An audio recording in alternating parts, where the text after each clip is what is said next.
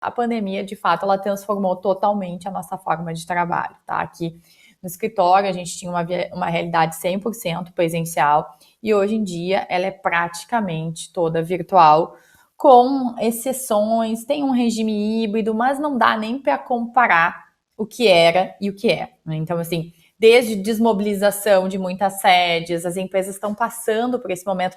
Não faz mais sentido eu ter uma sede milionária, que vai me custar uma fortuna, enquanto na verdade eu posso reverter isso de uma outra forma. O funcionário não precisa ter 1 hora de deslocamento para ir, 1 hora para voltar, gastar um monte comendo fora, mal, tendo uma condição de trabalho pior, enfim. Milhares de situações foram aparecendo e transformando tudo isso.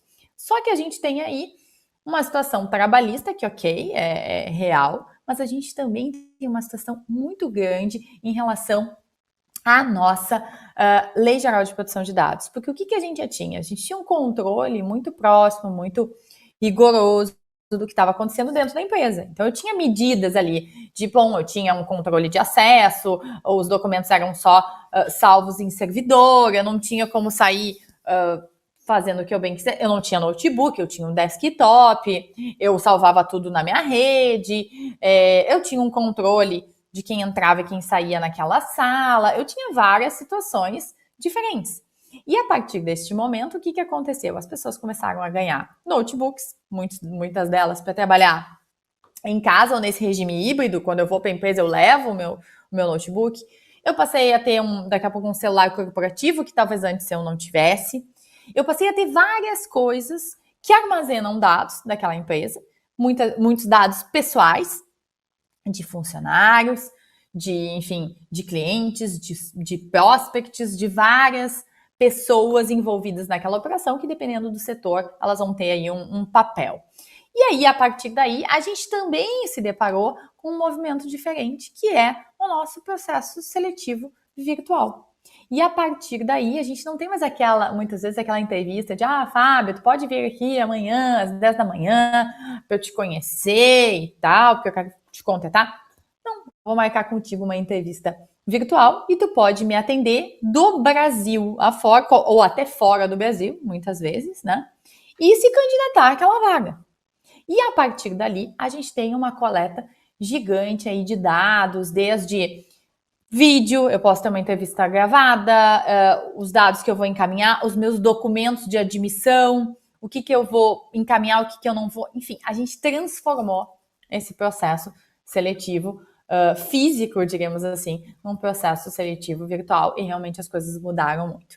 Então, Fábio, eu queria que tu falasse um pouquinho a respeito disso, talvez os pontos maiores de atenção que tu visualiza durante essa trajetória do processo seletivo, porque, como eu digo, a parte de RH, qualquer empresa precisa ter cuidado. Então, o aluno que está atendendo, eu estou atendendo uma indústria, eu estou atendendo um e-commerce, não importa, todo mundo vai ter um RH para fazer adaptações. E aqui, realmente, a gente não tem como fugir. Então, o objetivo do nosso bate-papo é realmente expandir e tu ir passando aí pontos de atenção para esse pessoal ficar mais ligado no que eventualmente pode acontecer. Ótima introdução, Gabi, perfeito. O que a gente tem que começar a conversar é o básico, né? E o que é o básico? O básico é a legislação que nós temos sobre o assunto. A gente pensa em LGPD, existe uma lei que é a lei geral. Pronto, a gente lê só a lei geral. Na área trabalhista, qual é a principal legislação nacional? É a CLT. E aí?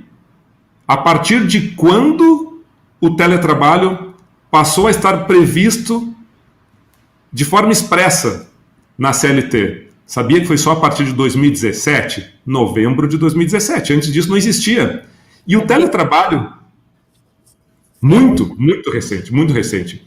E o teletrabalho só começou a ser utilizado verdadeiramente depois da pandemia. A partir de março de 2020, quando de uma hora para outra todo mundo foi jogado para sua residência. Só que em 2020 estava em vigor uma medida provisória. Caducou, não foi convertida em lei. 2021 vigorou outra medida provisória. Caducou e não foi convertida em lei. 2022, outra medida provisória. Essa foi a única que foi convertida em lei. Tá? E essa alteração legislativa resultou na Lei 14.442 deste ano. Ela é muito importante, porque ela mudou significativamente tudo que a gente tinha na nossa legislação, claro, só que não era antiga. Mudou tudo que existia desde 2017. Então, de 2017 a 2022, era um tipo de raciocínio, era um tipo de entendimento. A partir de março desse ano, quando a medida provisória 1108 entrou em vigor, e depois a lei na qual ela foi convertida, ela fez várias alterações. Eu não tenho nenhuma dúvida que a LGPD, quando foi parida, gerada, refletida, ela jamais, vejam bem, vou frisar, tiveram como intenção regulamentar qualquer dado na área trabalhista, Gabriel. Nenhum dado, não pensaram na área trabalhista. E eu não tenho a menor dúvida de que a área trabalhista é a área de todos os setores do direito a que mais envolve dados pessoais. Seja dos empregados, seja dos prestadores de serviços pessoas físicas ou ainda dos clientes pessoas físicas. Pois então, dando continuidade à pergunta da Gabriela, veio a pandemia e agora a gente precisa partir para processos seletivos. Vamos pensar no contrato, o momento do pré-contrato, que a gente pode classificar como processo seletivo, aqueles trainees que muitas empresas de médio e grande porte realizam, né? O período contratual e pós-contratual. E o pós-contratual eu adianto, já vai ter ligação com prescrições variadas e com período de guarda documental, né? Que isso assim, todo dia me perguntam ali no meu Instagram, Fábio, quanto tempo eu guardo isso? Depende, minha filha.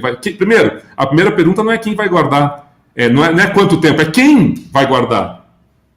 Aliás, essa guarda vai ser um documento naqueles escaninhos, naqueles arquivos gigantescos de metal ou vai ser nas nuvens? Qual o custo disso? Mas enfim, a gente já chega. Vamos começar no processo seletivo.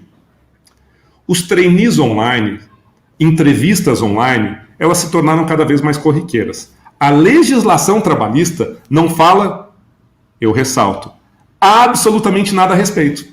Os dispositivos que estão na CLT, Maria Mello, não tratam sobre processo seletivo.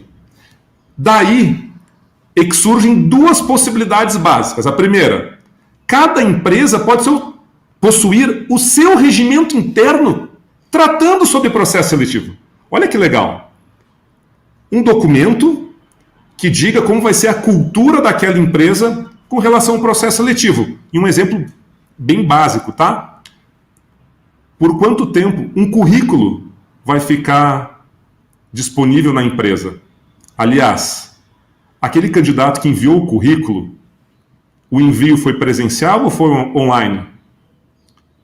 Aquele candidato que não foi selecionado, a empresa deve devolver o currículo para ele ou picotar?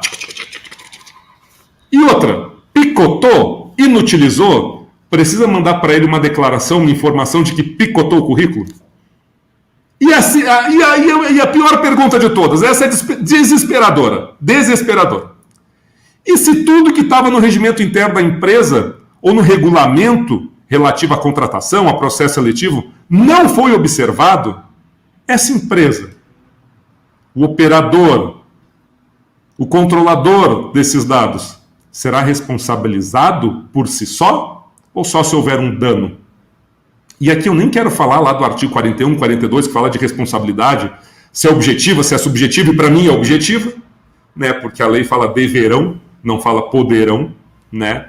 Mas enfim, neste processo seletivo, esses são os cuidados basilares que vocês precisam ter, né?